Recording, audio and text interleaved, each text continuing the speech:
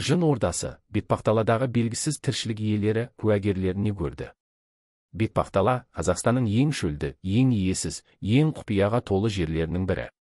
Мұнда адамдар өте сирек келеді, ал келгендер кері қайтқысы келмейді. Неге дейсіз бе? Себебі олар мұнда бір түрлі дыбыстар естиді, көрінбейтін нәрселерді көреді, және тіпті белгісіз тіршілік иелерімен кездескенін айтады. Бірінші оқиға далада жоғалған шопан.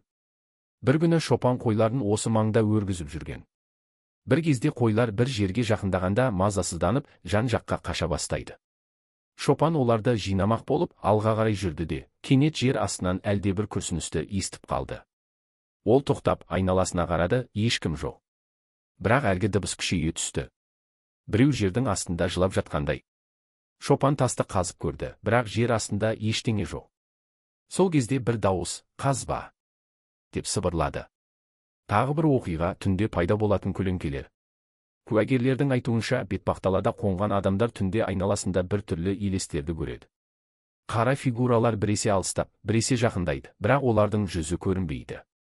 Ал егер сен оларды ұзақ бақыласаң, олар біртіндеп сені айнала бастайды. Ең қызығы, таңертең оянған адамдар шатырларының жанында аяқ іздерін табады. Бірақ мұнда адам жоқ қой. Жергілікті аңыздарда бұл жерде жындардың ордасы бар делінеді. Олар көзге көрінбейтін, бірақ кейде адамдарға өздерін сездіретін тіршілік иелері. Біреулер олардың өз әлемдері бар дейді, ал кейбіреулер олар басқа өркениеттің елестері деп сенеді. Бірде осы маңда жүргізілген археологиялық қазбалар кезінде жартылай көмілген ежелгі тас тақта табылған. Оның бетінде түсініксіз белгілер ойылып жазылған. Ғалымдар оны зерттемек болды, бірақ түнде тақта өздігінен жарылып кетті. Ал қазба жүргізген топтың бірнеше мүшесі қатты ауырып қалған. Бетпақдаланың жұмбағы әлі шешілген жоқ.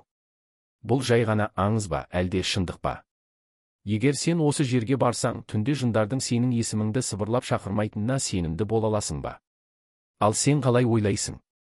Мұнда шынымен белгісіз тіршілік иелері бар ма, әлде бұл бәрі қорқынышты елес қана ма?